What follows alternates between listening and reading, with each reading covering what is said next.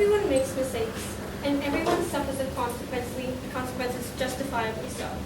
But we tell you, when consequences are made on unethical grounds, are harming people that aren't relevant, and it harms the economy nationally and internationally, that's when we have a problem, and that's why we urge you to say that Greeks must be forgiven in their debts.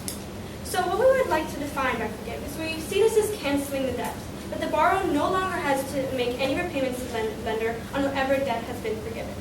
So what we support today, and this is our model, we would force the EU, we would make the EU Commission forgive the debts, and thereby we would also make the major loan makers, such as the IMF, such as the ECB, also do the same, and so everybody forgives this debt.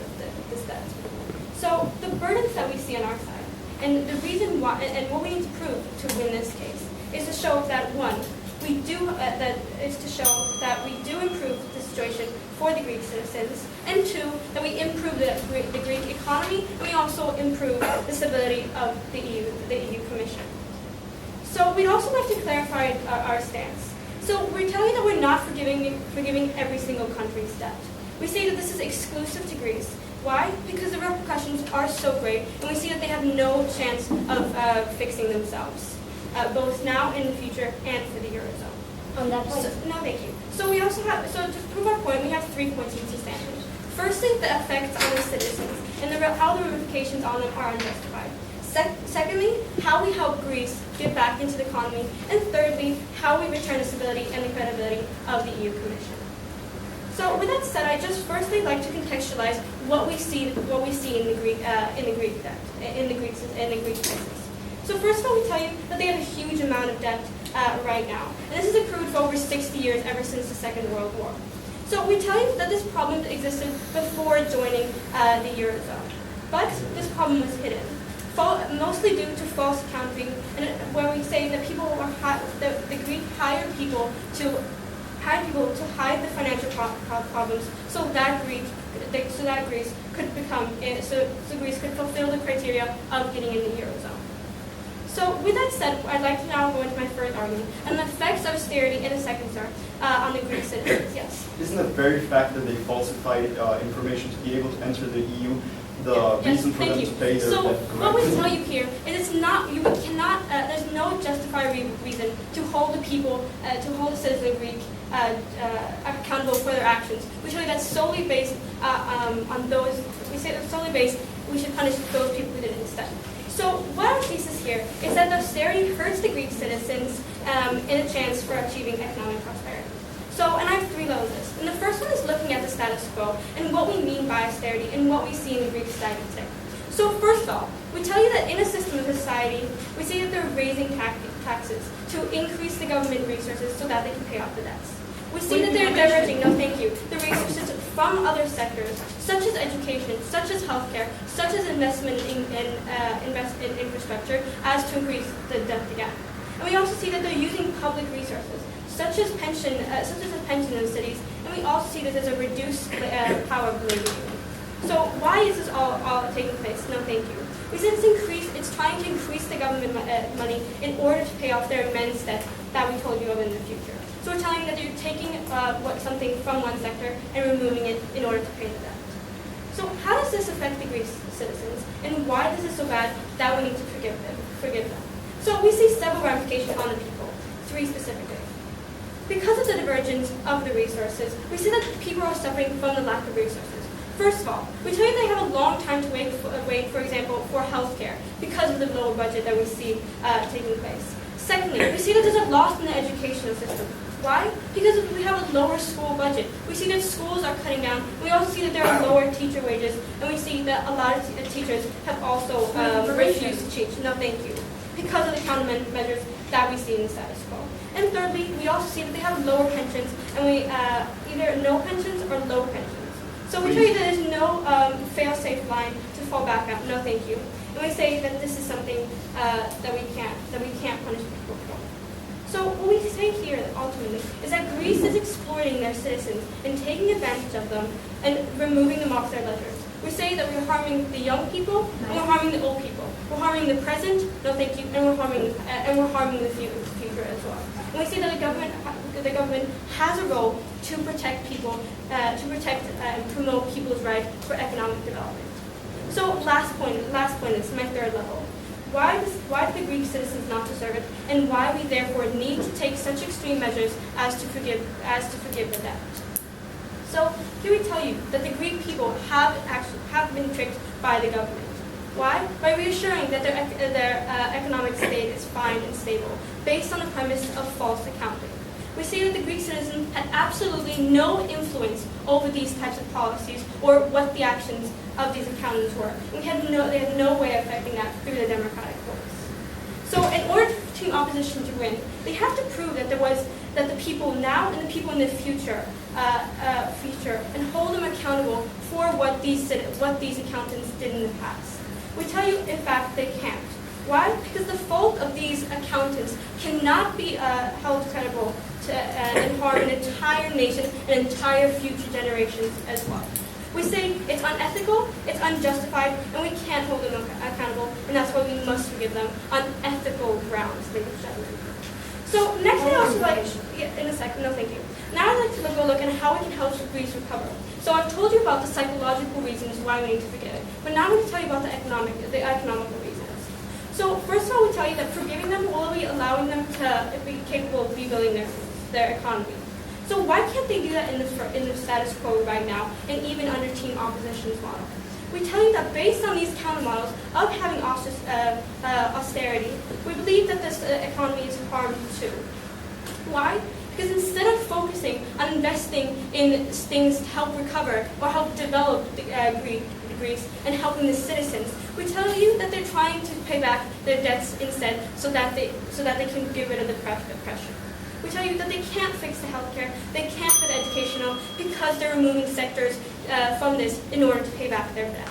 So we tell you that ultimately either they have a slow recovery, which will end up with a lot of public pressure, or we tell you that they will solve this by taking more loans. And ladies and gentlemen, this is just perpetuating the problems. We see that they're going to be in a never-ending cycle of just taking more loans and trying to pay back their loans, and then having to pay back more loans because of these loans. Ladies and gentlemen, they're incapable of economic growth, and they're incapable of reacting with the growing global market because of the stagnation that we see in their system today. So how do we solve this on our side, on Team Proposition? We give them a practical way to fix their problems internally. We forgive them of their debt so that they can focus on rebuilding and developing the growth in the system. We tell you that they can fix all these problems for the citizens. We tell you that they can give them pension, that they can grow economically and have economic prosperity, which we don't see in the status quo today. So, ladies and gentlemen, because we believe in the future of Greece and that we believe in the people now, we do urge you to forgive Greece's debts. Speakers spoke for 8 minutes and 8 seconds. Ladies and gentlemen, when little children lie, their parents tell them that Santa Claus will not come this year. The opposition today comes to affirm that Greece has lied, that Greece has failed to fulfill its purpose, its agreement with the European Union and its creditors, and that therefore Santa Claus must eliminate them from their list right now. Good afternoon, ladies and gentlemen. The motion before us states this House would forgive Greece's debt. We would like to start by accepting the definitions provided by the other team and tell you that the reason that promotes today's debate is that Greece is in a current financial crisis, having defaulted to the International Monetary Fund recently and having a great economic problem as regards the organisms that they already mentioned. And the issue for today's debate is whether eliminating the debt will be, one, beneficial in the short term and in the long term for Greece, solving their economic crisis, which is what they tried to present up until now, but even more, that the benefits will be for the short and the long term for the creditors involved, and that it would be beneficial for the global economy as a whole.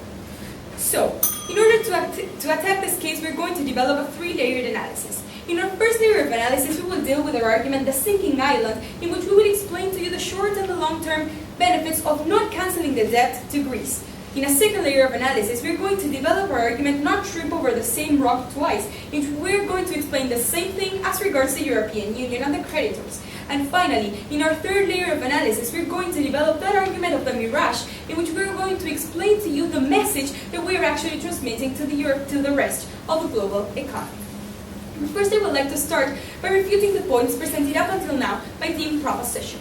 They started telling us that everyone makes mistakes, However, what we believe is that you can make the same mistake once, maybe twice, but when it happens that you made it in 2008, 2009, 2010, and up until 2015, what we believe is that that is not a mistake any longer. What we believe there is that Greece is actually pulling the leg of the creditors.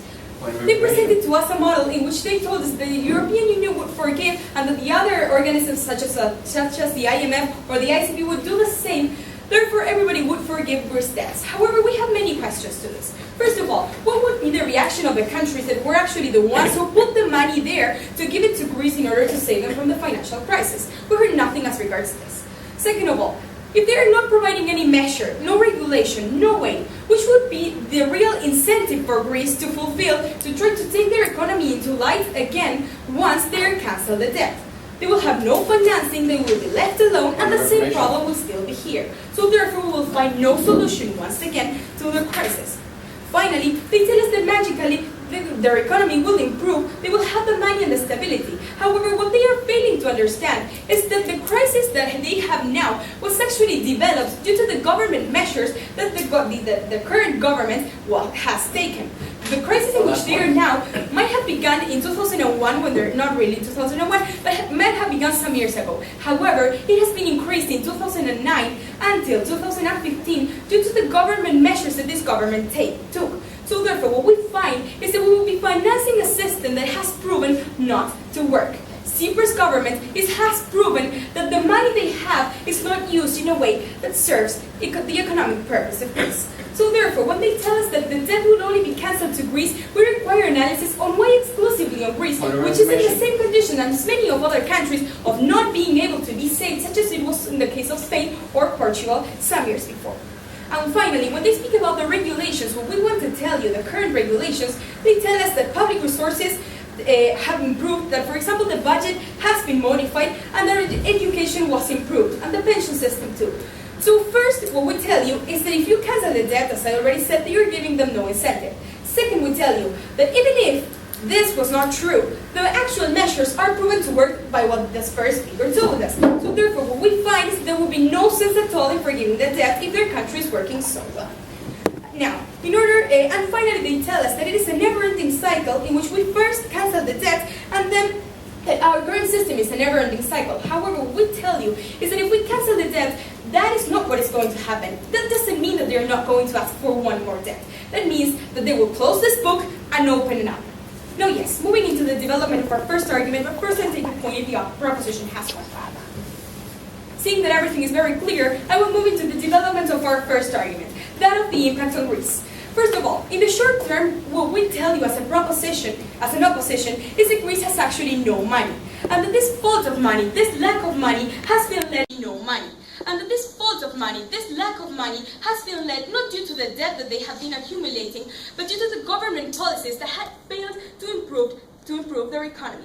So therefore, what we find is that if the people actually, I'll take you in a second, had supported this government, they are supporting their policies, what we are going to do, if we cancel their debt, is let them do as they have been doing up until now. Would you disagree, sir? See, now the great thing about governments is that they can be re-elected. I understand your point.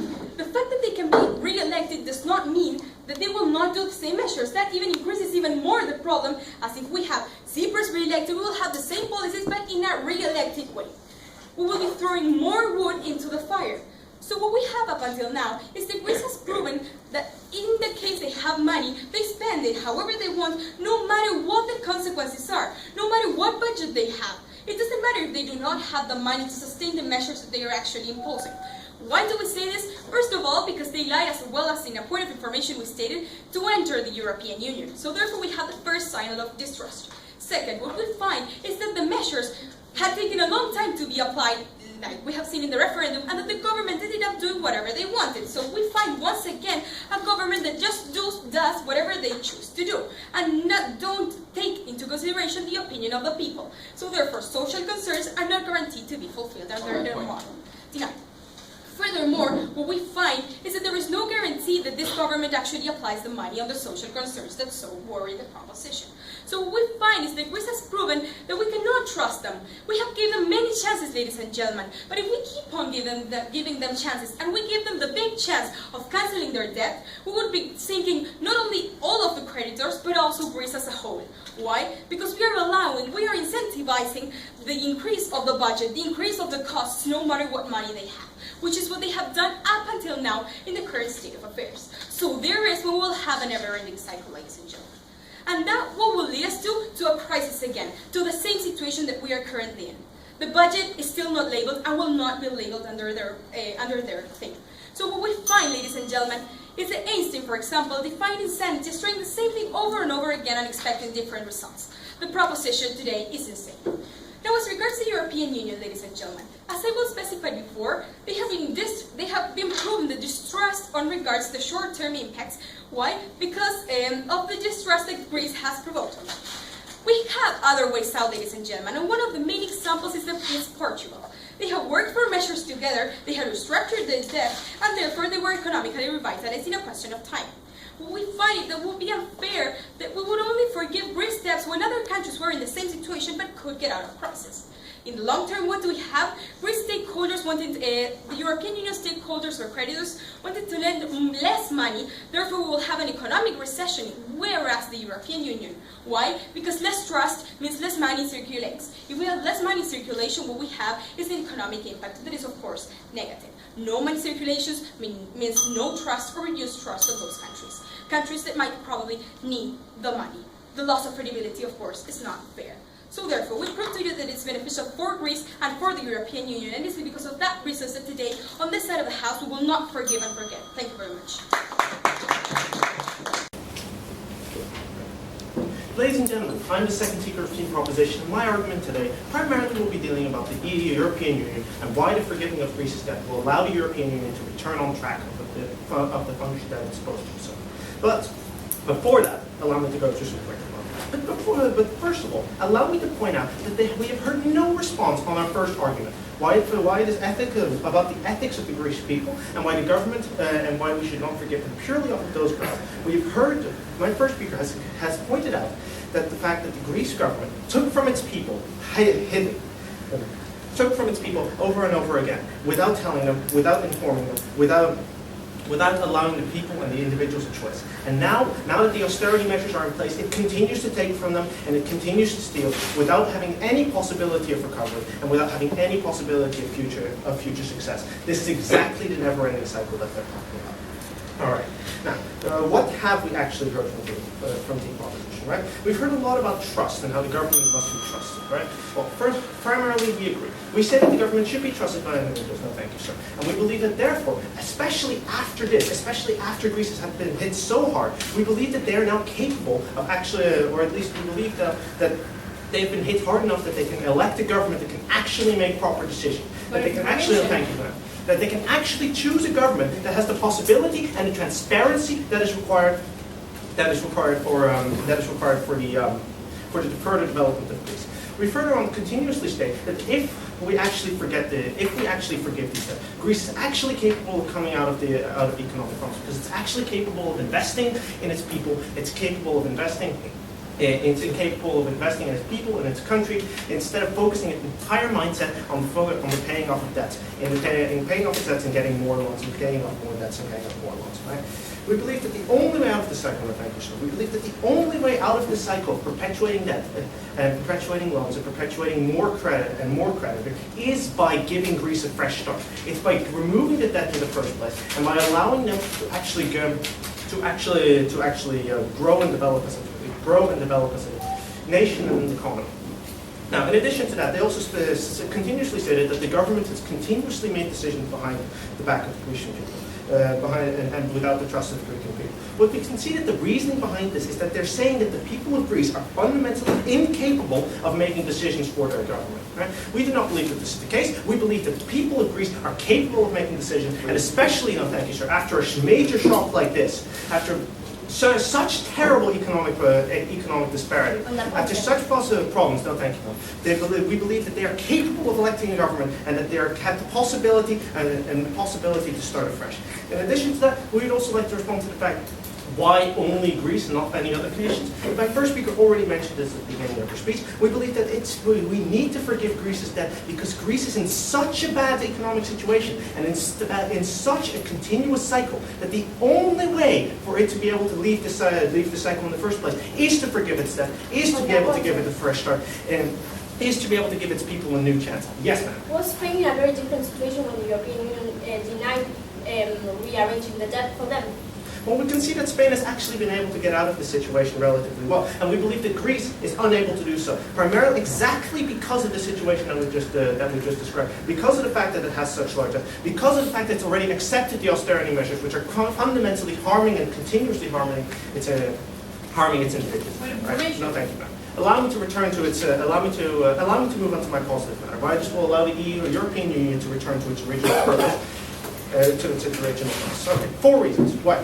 1, what is the purpose of the European Union? Second of all, how does Greece cause tension? Third of all, why is not the best solution to simply remove Greece from the European Union? And fourth, how we fix this on our own model. Right. What is the purpose of the European Union? First of all, increase trade by removing tariffs and individual taxes. But secondly, also by allowing individuals of different nations to move between and get jobs in order to form a more industrial society, as Daniel Bell told us. Now, second of all, to allow for economic stability by having common monetary policy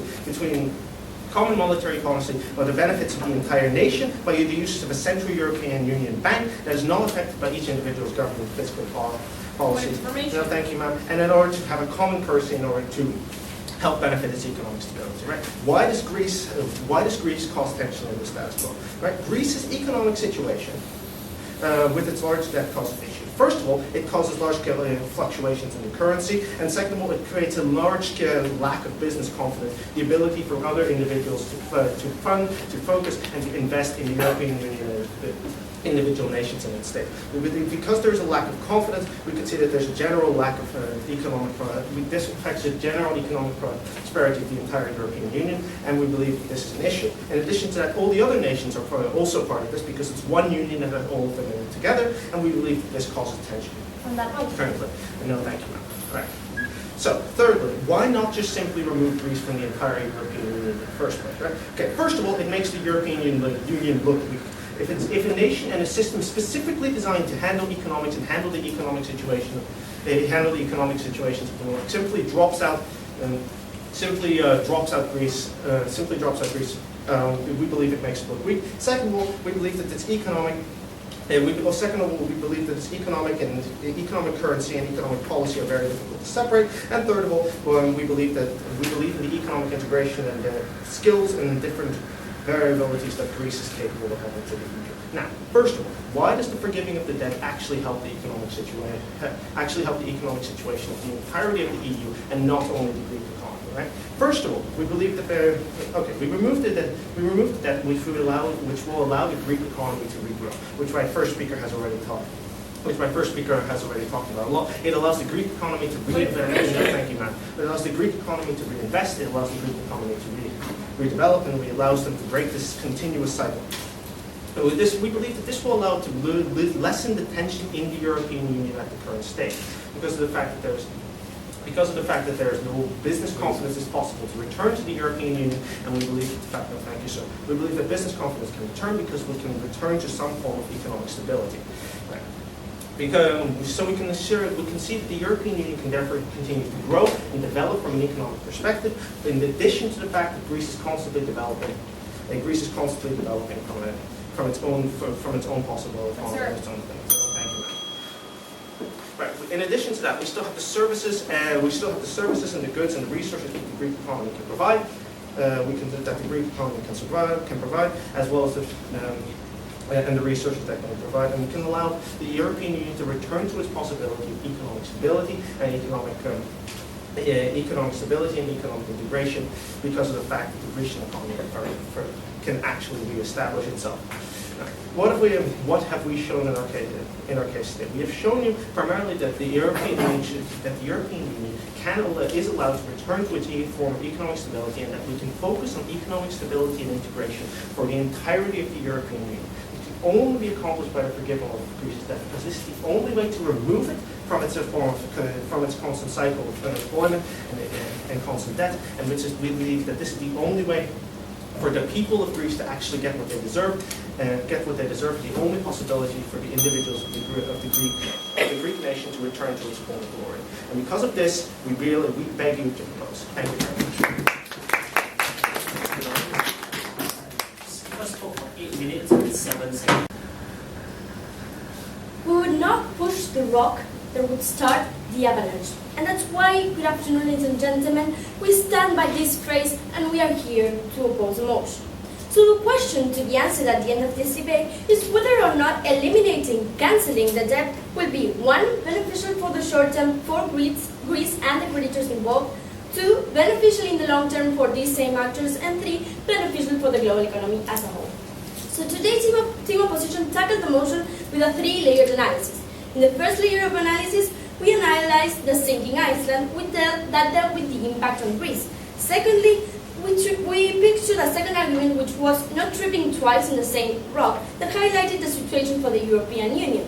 And lastly, on a third layer of analysis, I will round up the case developing Mirage that leads with the message this policy will be sending out. But before I move to the development of this last layer, I will continue by refuting what has been presented so far.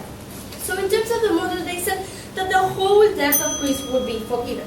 And they said it was because repercussions were different in Greece than in other countries. But yet again, they failed to analyze why is that such a difference with countries such as Spain and Portugal, which I will further address along my speech. In their second argument, they said that the money comes from the people and that it has to be reallocated. So here we have to point out that they need austerity compared with every other country in the European Union. Because here Team Proposition is saying, oh, Greece is so bad, when in fact the system is providing so much more benefits than in every other country in the European Union, and that is why it has so much high cost to maintain its society. In the second argument, they dealt with the economic aspect. And what we have to point out from this is that they would be able to rebuild the system without a debt. We've got several questions for this. How? With what money? Why hasn't it been done yet? And what makes the situation that they propose different from the past? We asked some questions in my first speaker asked some questions on reactions of the countries that fund the debt and the incentives for Greece to improve, which we found to be inexistent, and we've heard nothing so far. In the third argument then, the European Union returning on track, that's how they titled it. And what have we heard from Team Proposition on this? First, that Greece causes tension. And what we ask ourselves is, wouldn't this tension be even worse if this debt is cancelled? For example, in terms of the creditors, they said, oh, the European Union will be even better off if that debt is cancelled. So let's say, how will Germany be better off if the money they lent is not returning to their country? Why is then, if that policy would be so good for Germany, Merkel pushing to not have this debt cancelled? The world economy would never be better off with this policy. Moving on now to the questions, we would like the third speaker to provide further answers, examples, and development on, and in reference to the third argument, how Europe will then improve their situation if confidence is lost.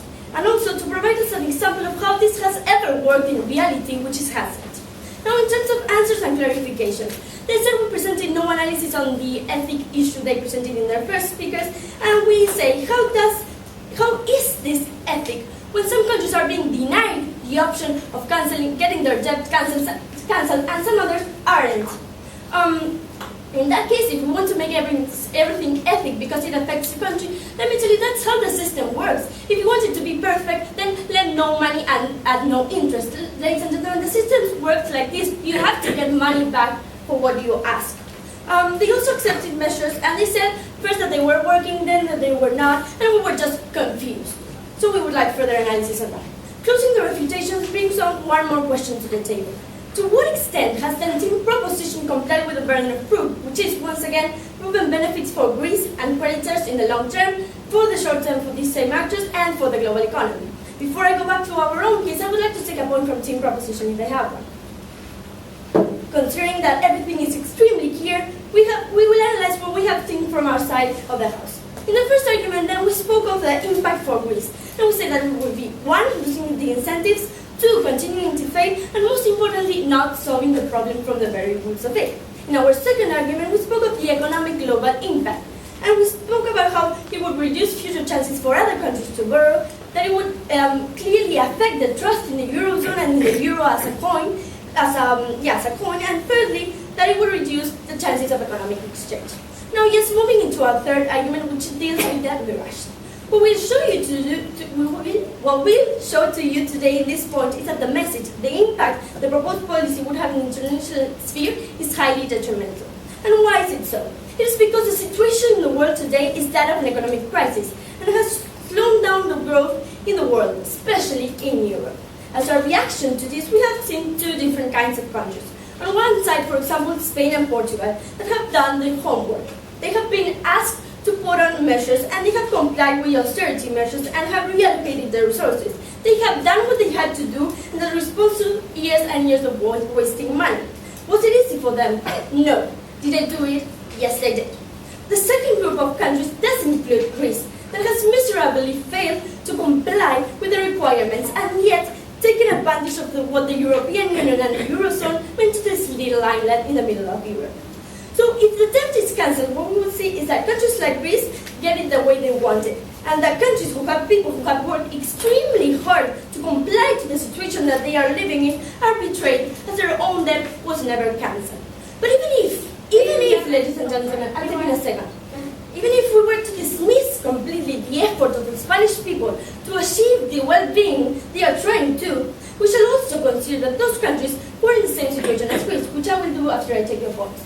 Greece will let down its people if it cannot guarantee economic prosperity and development by having your debt in your status quo. Of course, two answers for this. First, Greece has already failed its people the moment in which, after the referendum, the governors did something completely different. And secondly, we are proving in no possible way how cancelling the debt would actually lead to economic benefits for that same people. So as I was saying, there are countries that have zero chances of getting their debt cancelled. And let's see, for example, what has happened to Argentina. Also referred to the countries that has defaulted, let me say, 7 times. Yes, ladies and gentlemen, we have seen no absolute possibilities of having our debt cancelled, even if we have a similar attitude to that of Greece in international markets.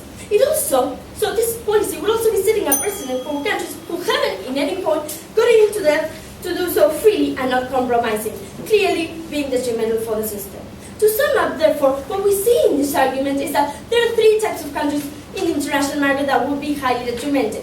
First, those who have done their homework. Secondly, those who haven't done their homework and are being clearly dismissed by the system because they say, okay, we give that to Greece, but we don't give it to you. And thirdly, setting a huge and detrimental precedent for the future that we do not want to see in our eyes. So let's see, to sum up, how our 3 arguments gave us the points for our side, and that the refutation also showed how team proposition has failed to comply with the burden of proof. This being the case, by the end of the day, we will not forgive and forget. Thank you.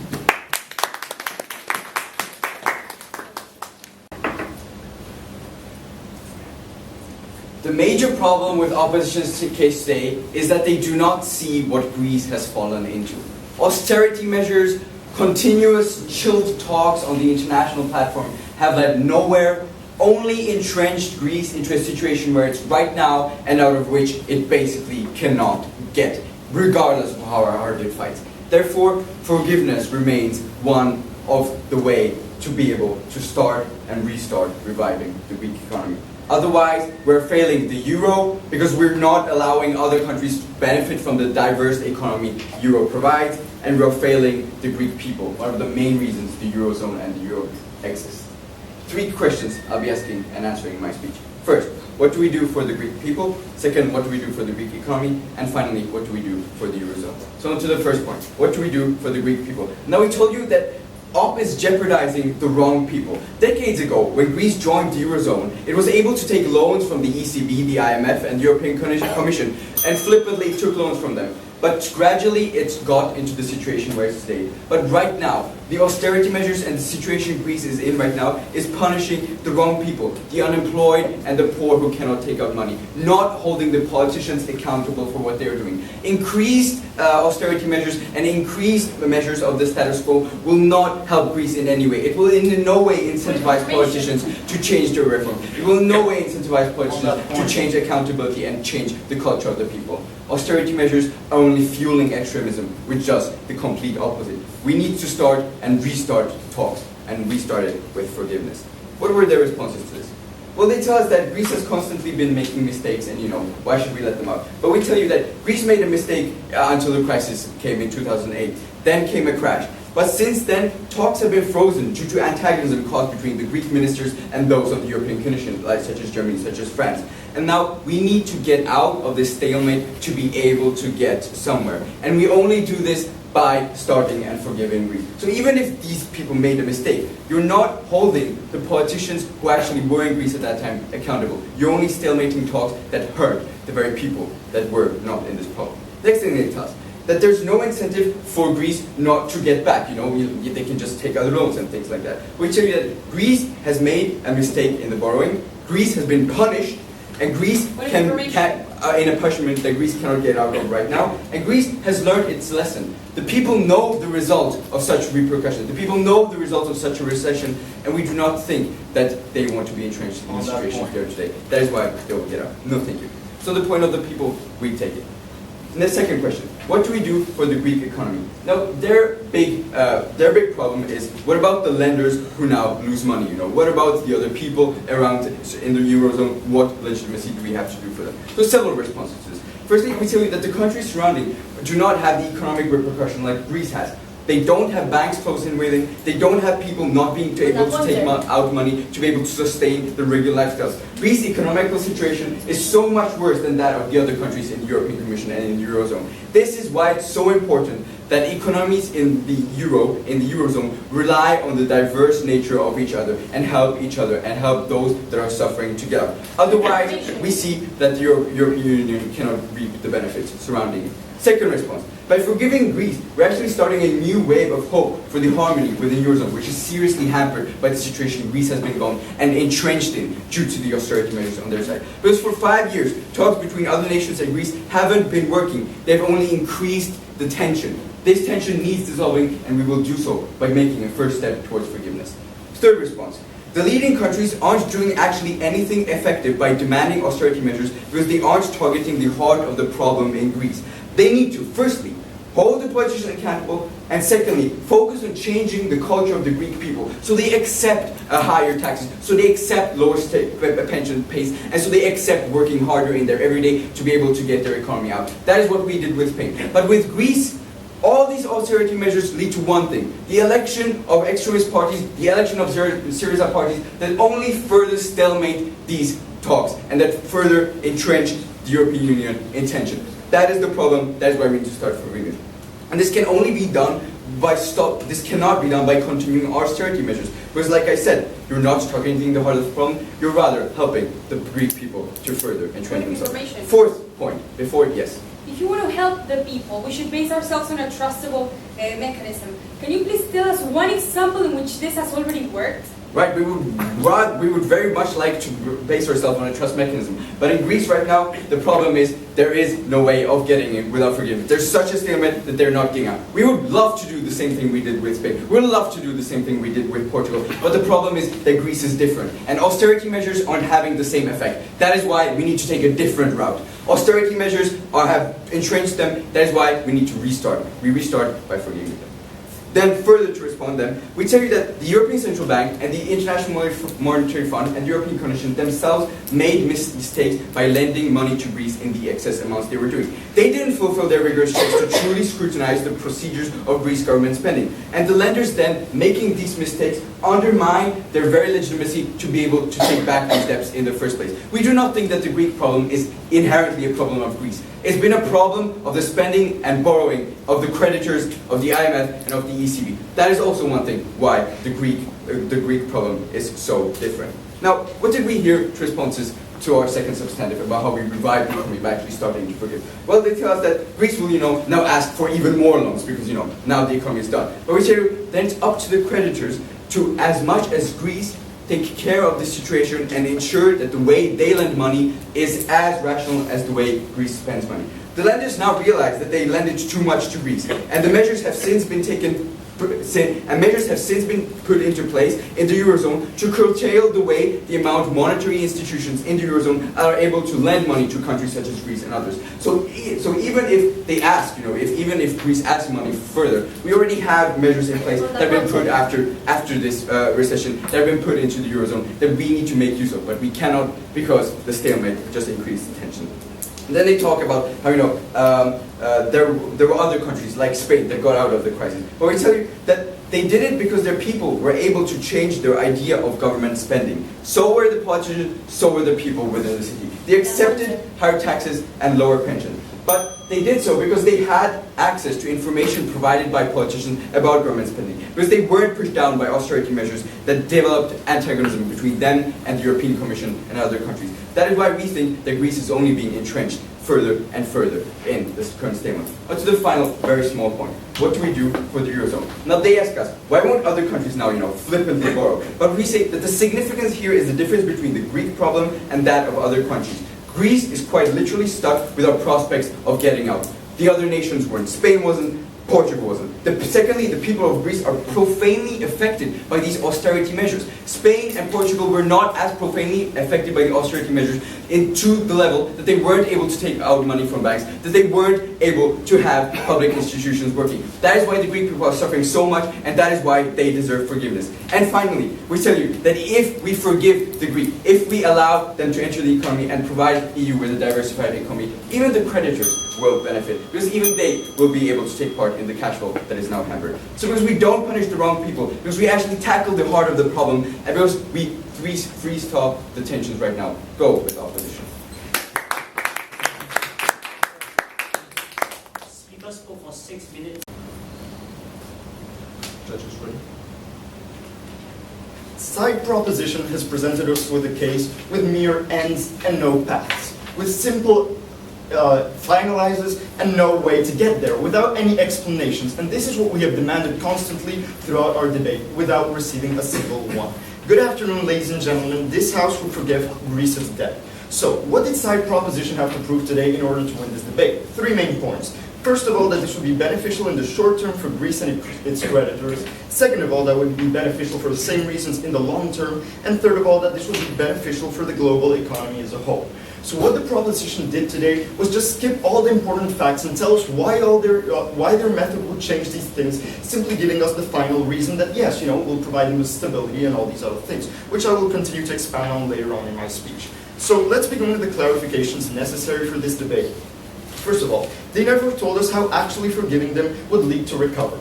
So right now we believe it's too late for an answer, but we would have appreciated this during the debate. Second of all, they gave us a nice list of objectives of the European Union, no thank you, yet they never explained how these would be accomplished. And finally, we can go to the questions and answers that remain completely unanswered during this debate. For example, they haven't told us why, they haven't given us examples of their policy actually working. This is why we gave you the examples of Spain and Portugal and why this policy actually doesn't work, since there is no precedent, yet doing this policy will not benefit the world as a whole. Secondly here, we asked about what about other countries, no thank you, that provided with this money.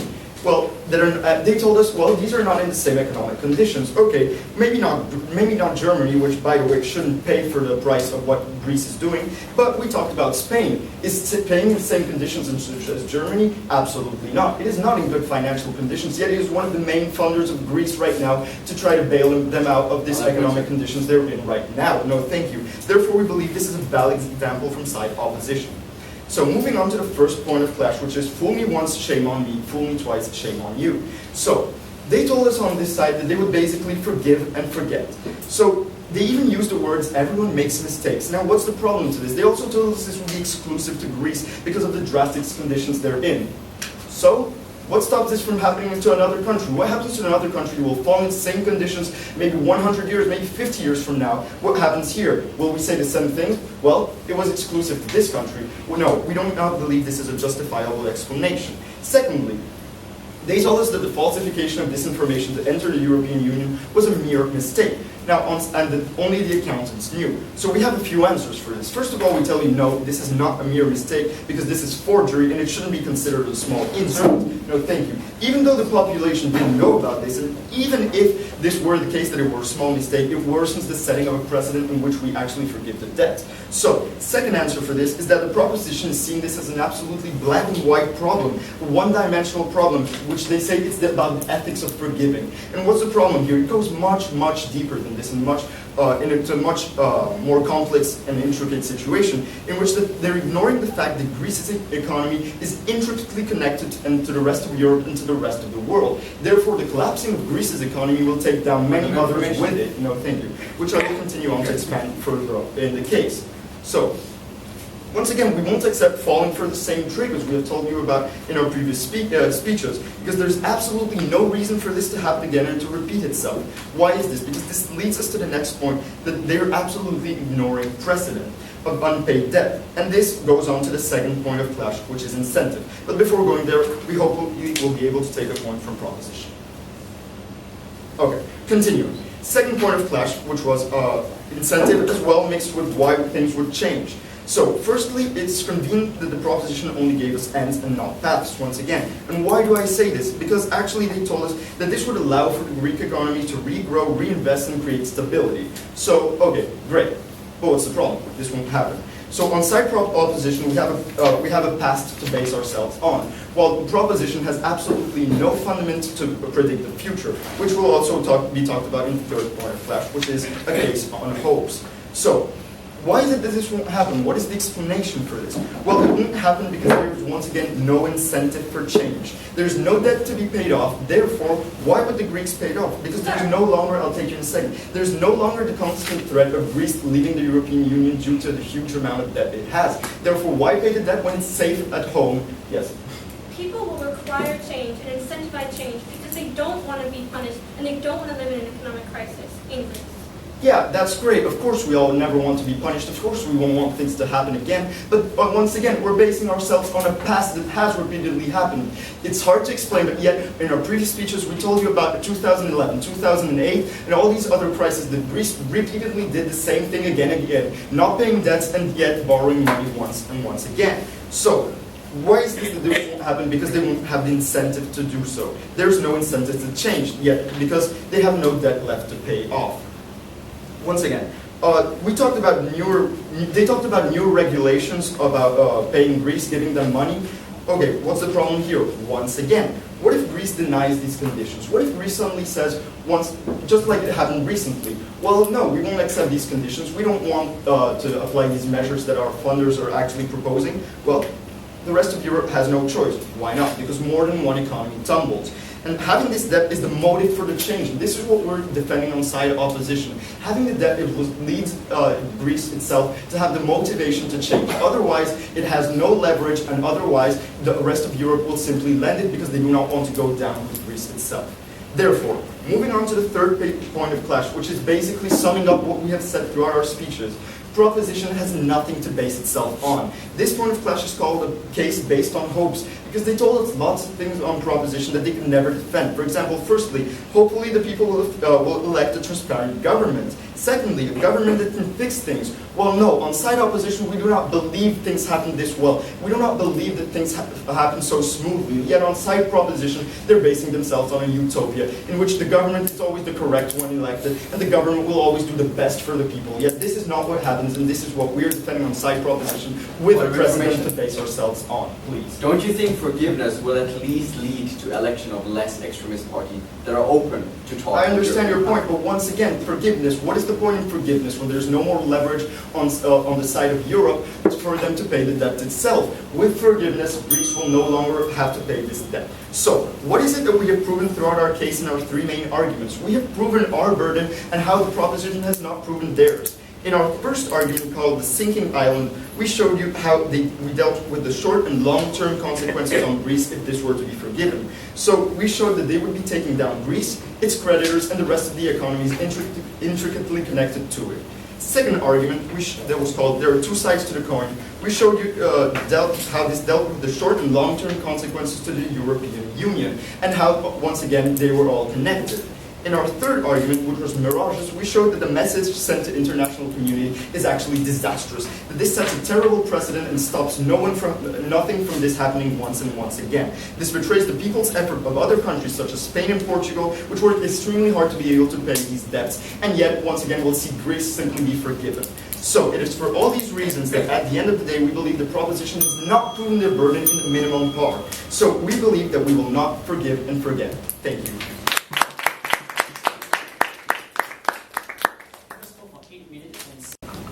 Ladies and gentlemen, the road to hell is paved with good intentions. Good afternoon. The motion before us today once more is this House would forgive Greece's debt. We would like to divide the reply speech into three main questions. The first one being, is it beneficial for Greece in the short and the long term? The second one being, is it beneficial for the creditors in the short and the long term? And finally, is it beneficial for the global economy as a whole? Which were based on the issue that we established today at the beginning of the debate. And we're going to prove to you how, on Team Opposition, we were able to answer these three questions with a no. As regards to the first question, is it beneficial for Greece in the short and in the long term? We would like to start by telling you that the proposition told us that people may elect another government which takes other measures. To this we provided two main answers. First, Tsipras was actually chosen, and second, we have no assurance that that government doesn't do the same as this actual government is doing. So therefore, the money is not guaranteed to pay a right to a safe port. Second of all, they tell us that we fail our people if we do not cancel the people of Greece, if we do not cancel the debt. To this, we already gave two more answers. First, we told them that this was already done, that the people were already failed during the referendum. And second of all, we tell you that there is no guarantee, once again, that a new government does not fail its people.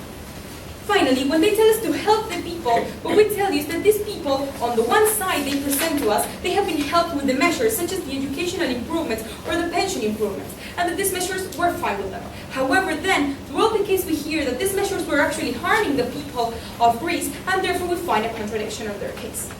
What we also tell you, ladies and gentlemen, is that under the current system, we are under a never-ending cycle. And what they tell you is that they tell you that this is a never-ending cycle and that Greece will never be able to walk out. However, on the opposition, we clearly explain to you how Greece doesn't move on. Greece goes through.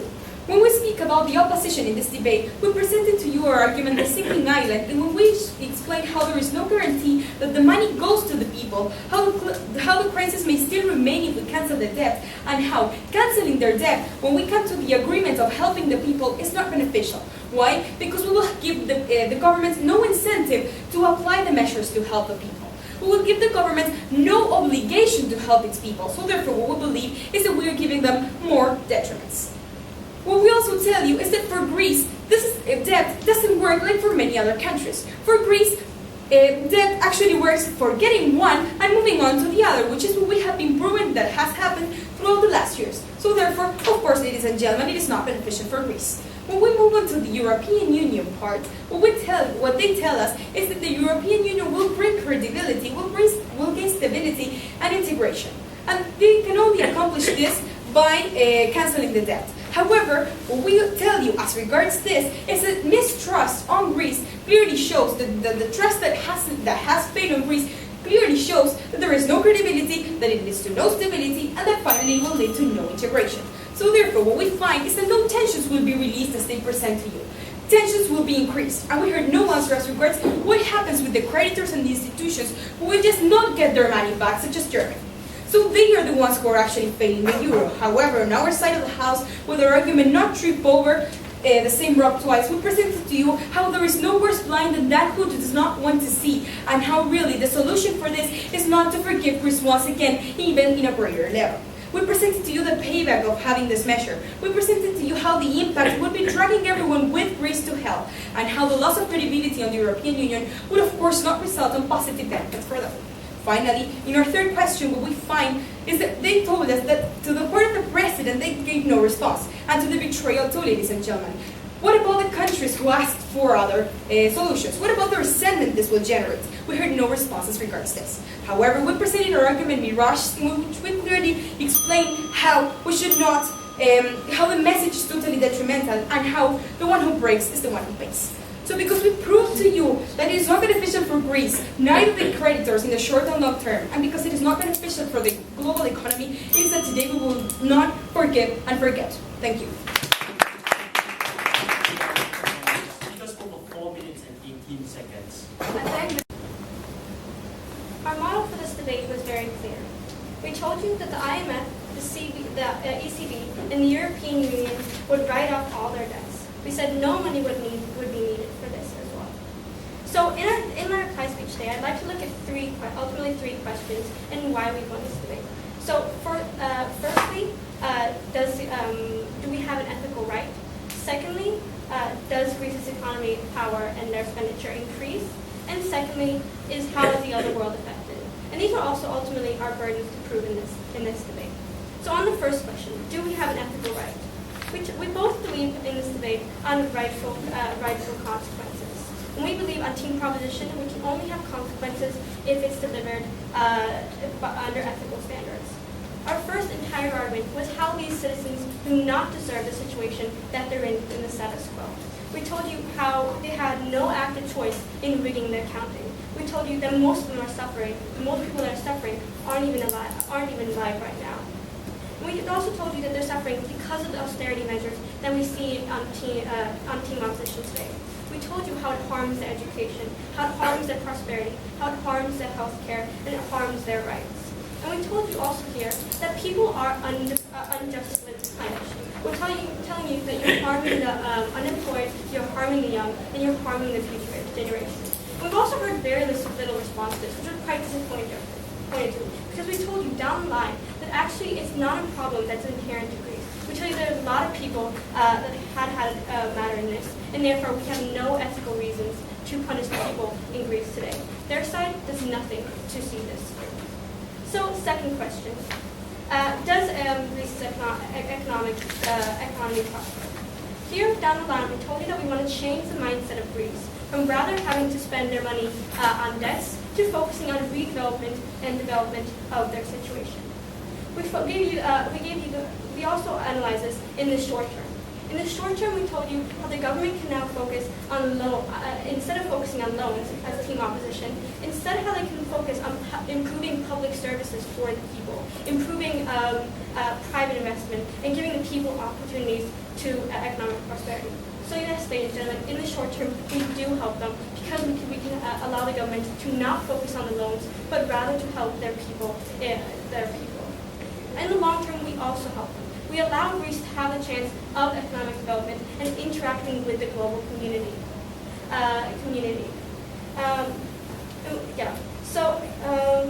And to their response to this was that there would be absolutely no incentive to change, and Greece would be under no obligation. And this was their entire response to this argument. But no, we told you that we have little evidence, and it's only based on history. But secondly, we provided you plenty of analysis on why the public would demand having a change, and why they wouldn't want to see the same things happen just because of our first argument, and why they're suffering. So we've also wanted on how we improve Greece's economy for the short term and the long term. So lastly, I'd like to look at how the other world is affected.